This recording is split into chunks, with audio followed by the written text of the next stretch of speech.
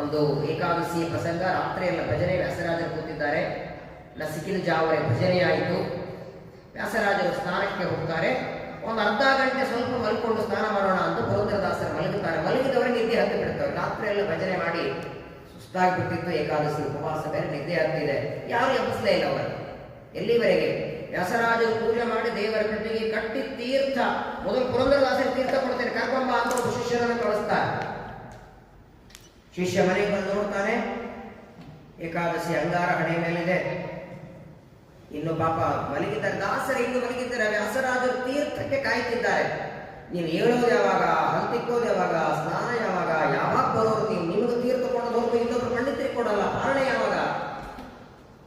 ಸ್ನಾನಗೇನು ಮಾಡಲ್ಲ ಅಂತ ಪುರಂದರದಾಸರು ಹಾಸಿಗೆ ಮೇಲೆ ಮಲಗಿದವರು ಹೇಳ್ತಾರೆ. ಅಂಗಾರ ಅಳಿಸ್ಕೊಂಡ್ರು, ಹೆಗಲ ಮೇಲೆ ಪಂಜೆ ಹಾಕೊಂಡು ಲೋಟ ತಗೊಂಡು ಬಂದರು, ಸ್ವಾಮಿ ತೀರ್ಥ ಕೊಡಿ ಹಾಕ್ಬಿಟ್ರು. 3 ಸಲ ತೀರ್ಥ ವ್ಯಾಸರಾಜರು ಪಕ್ಕದಲ್ಲಿ ಎಲೆ ಹಾಕ್ಬಿಟ್ರು.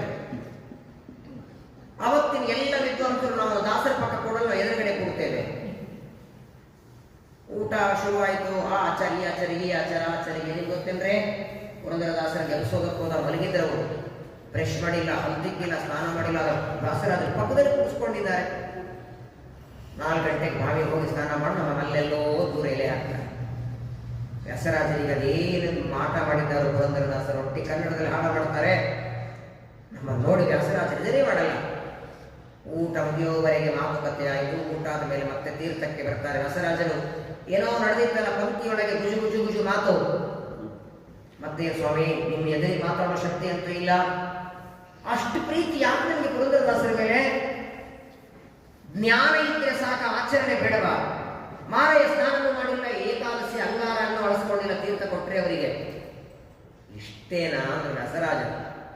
ನಿಮ್ಗಿದು ಇಷ್ಟೇನಾ? ಸ್ನಾನ ಮಾಡಿ ನಮ್ಮನ್ನೆಲ್ಲೋ ದೂರದಲ್ಲಿ ಕೂಡಿಸ್ತೀರಿ, ಮಡಿಯಿಂದ ನಾವು ಬಂದ್ರೆ ಸರಿ, ಅದೆಲ್ಲ ಬಿಡಿ. ಇವಾಗ ಪುರಂದರದಾಸರು ಎಲ್ಲ ಹೋಗಿದ್ದಾರೆ, ಇನ್ನೆಲ್ಲ ಹೋಗ್ತಾರೆ? ರಾತ್ರಿ ಎಲ್ಲ ಪಾಪ ಜಾಗರಣೆ ಆಗಿದೆ, ಒಳ್ಳೆ ಹುಗ್ಗಿ ಊಟ ಹಾಕ್ಸಿರಿ, ಇನ್ಯಾವುದೋ ಪರ್ವತ ಗುಡಿ ಕೆಳ ಮಲಗಿಬಿಟ್ಟಿರ್ತಾರೆ. ನೋಡ್ಕೊಂಡ್ ಬಂದು ಎಲ್ಲ ಹೋಗಿದ್ದಾರೆ. ಸರಿ ಅಂತ ಆ ಎಲ್ಲ ವಿದ್ವಾಂಸರು ಬಂದ್ರಂತೆ. ಪುರಂದರದಾಸರು ಕೈ ತೊಳ್ಕೊಳ್ಳಿಕ್ಕೂ ನದಿ ದಂಡಿಗೆ ಬರ್ತಾರೆ. ನದಿಗೆ ಬಂದು ಕೈ ತೊಳೆದು ನದಿಯಲ್ಲಿ 3 ಬಾರಿ ಮುಳುಗಿ ಊಟ ಮಾಡಿದ ಅಡಿಗೆ